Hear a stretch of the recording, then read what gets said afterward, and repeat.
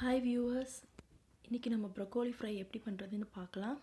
இதுக்கு தேவையான பொருட்கள் ப்ரொக்கோலி, சில்லி பவுடர், கடலை மாவு, சீரகம், மஞ்சத்தூள், ஆயில், பூண்டு, உப்பு, தனியாத்தூள். ஒரு பேனில் நம்ம கடலை மாவு போட்டு ட்ரை ரோஸ்ட் பண்ணணும்.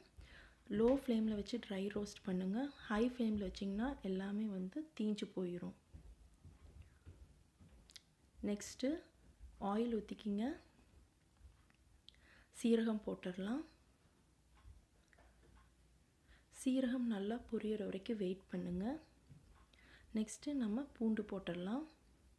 லோ ஃப்ளேம்லேயே வச்சுக்கோங்க.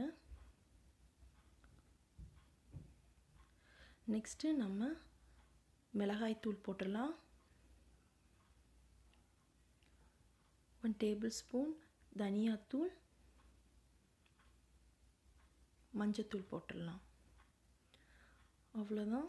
இது பச்சை வாசனை போகிற வரைக்கும் நல்லா குக் பண்ணுங்கள்.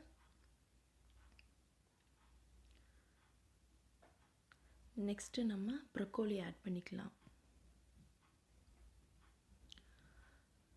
ப்ரொக்கோலி நீங்கள் ரொம்ப நேரம் குக் பண்ணக்கூடாது. ரொம்ப நேரம் குக் பண்ணிங்கன்னா அதில் இருக்கிற நியூட்ரிஷன் கண்டென்ட்ஸ் எல்லாமே போயிடும். அதனால் 5 to 8 minutes நீங்கள் குக் பண்ணால் போதும்.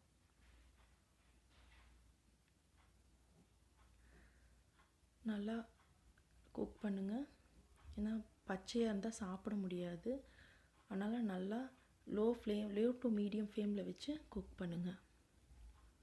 அவ்வளோதான், ப்ரொக்கோலி குக் ஆயிடுச்சு. நெக்ஸ்ட்டு நம்ம கடலை மாவு ஆட் பண்ணிக்கலாம். கொஞ்சம் உப்பும் ஆட் பண்ணிக்கிங்க.